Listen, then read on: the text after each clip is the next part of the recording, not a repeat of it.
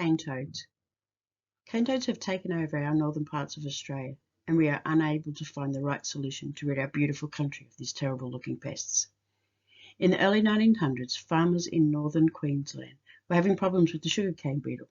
They tried many different ways to eradicate these destructive pests, like the travelling chook van, only to have the chickens become too full after eating so many beetles.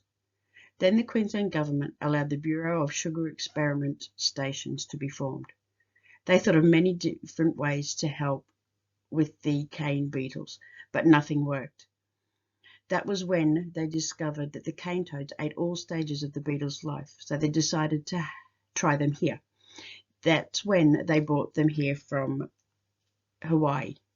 In 1935, Reginald Montgomery, after researching for years, decided that the cane toad would be Queensland's answer to rid the cane fields of the cane beetles, as it had worked in Hawaii, the Philippines and Puerto Rico.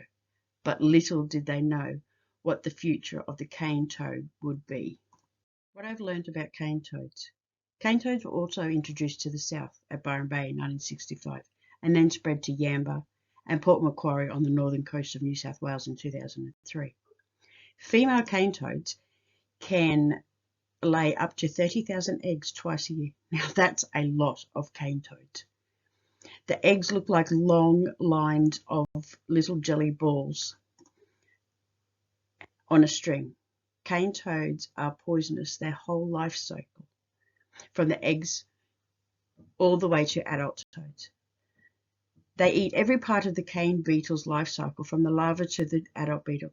There are no known enemies or diseases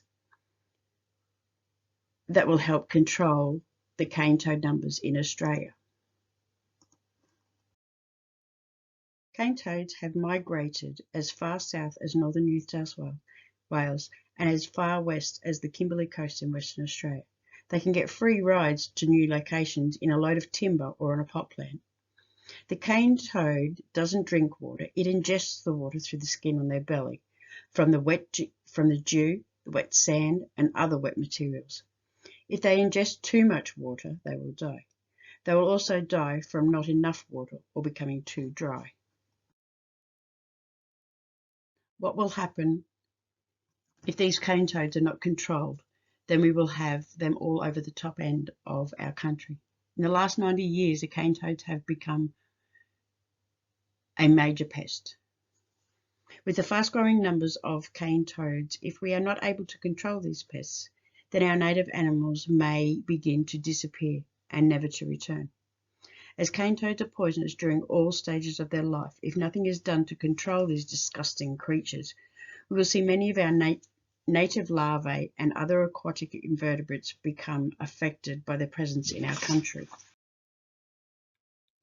Many of the state governments and the Australian government have pledged money to help eradicate these pests, but the money will soon be needed for other projects like saving our native animals.